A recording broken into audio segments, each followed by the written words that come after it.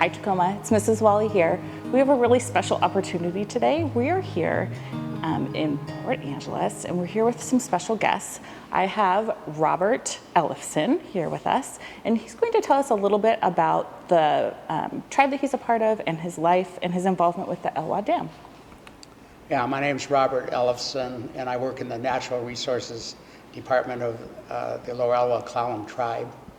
And I am now working in fisheries management for the last 4 years, but before that, for 16 years, I was in charge of the Elwha River restoration for the tribe and the point of contact for the federal government on the project. Have you always lived here? No, as a matter of fact. I moved out of town for about 8 years when I was growing up and spent some time in Seattle and at college. What was it like to be a part of the restoration project with the Elwha Dam? Well, I was in college. I came back and actually hiked up the Elwha River, and my thoughts when I hiked up was how beautiful it was and that it was gorgeous, except that it had no salmon.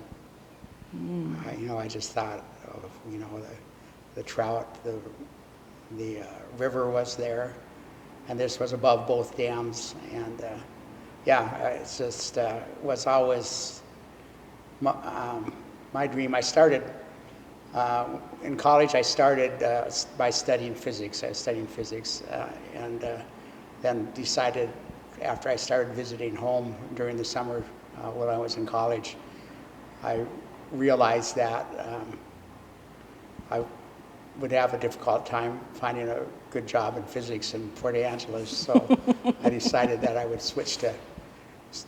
not switch, but also get a biology degree. And so I started studying biology, and my thoughts were to come home. And at that time, this was in the early 70s, and it was before the Bolt decision. So at that time, I was thinking of possibly working for the National Park Service as a biologist when I came home.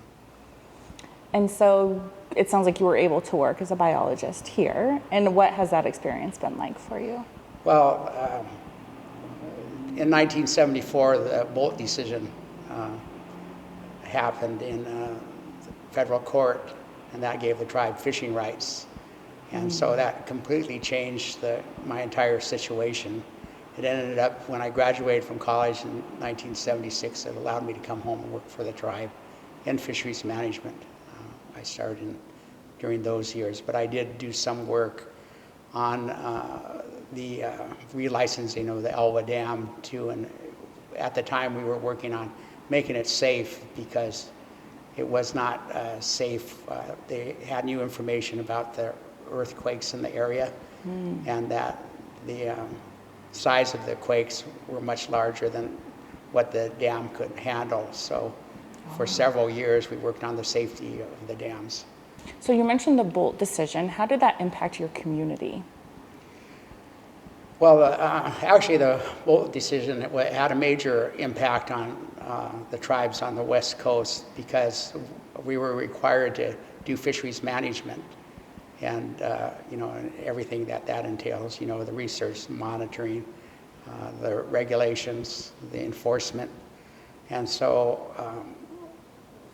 we started with that in 1976, and then about 14 years after that, they started talking about self-governance, and across the United States, about half the tribes went with self-governance and took over their programs, but in Washington State, all of the coast tribes did because we had experience working on the fisheries and natural resources already. So we're all self-governance tribes on the coast, and that's what my tribe is also. We got the Bolt decision got passed, and we started working on the Elwha River restoration, and for the engineering and the biology and everything involved in the river restoration, it took all of the education I got in college. So it was like they knew beforehand what was going to happen. Is there anything that you would like students to know about your tribe or your community or about the environment around the the lower Elwha, they are studying that and studying the dam in this whole process to learn about the impacts it's had on the people and also around the impacts it had on the wildlife. And so is there anything else that you would like students to know? Yeah, I always try to point out that this Elwha is just the largest project my tribe is involved with, restoration project. I think we do more for our environment than any other government of our size does. And our natural resources department, every part of it is well respected by all other levels of government, city, county, state, federal. We're a very well respected department, and we do a lot more work besides just the Elwha.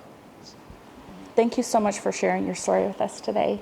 It's been wonderful to meet you. And friends, we are going to be going out and looking at some of these sites that he was talking about. So we'll see you at the next site that we're at. Bye for now.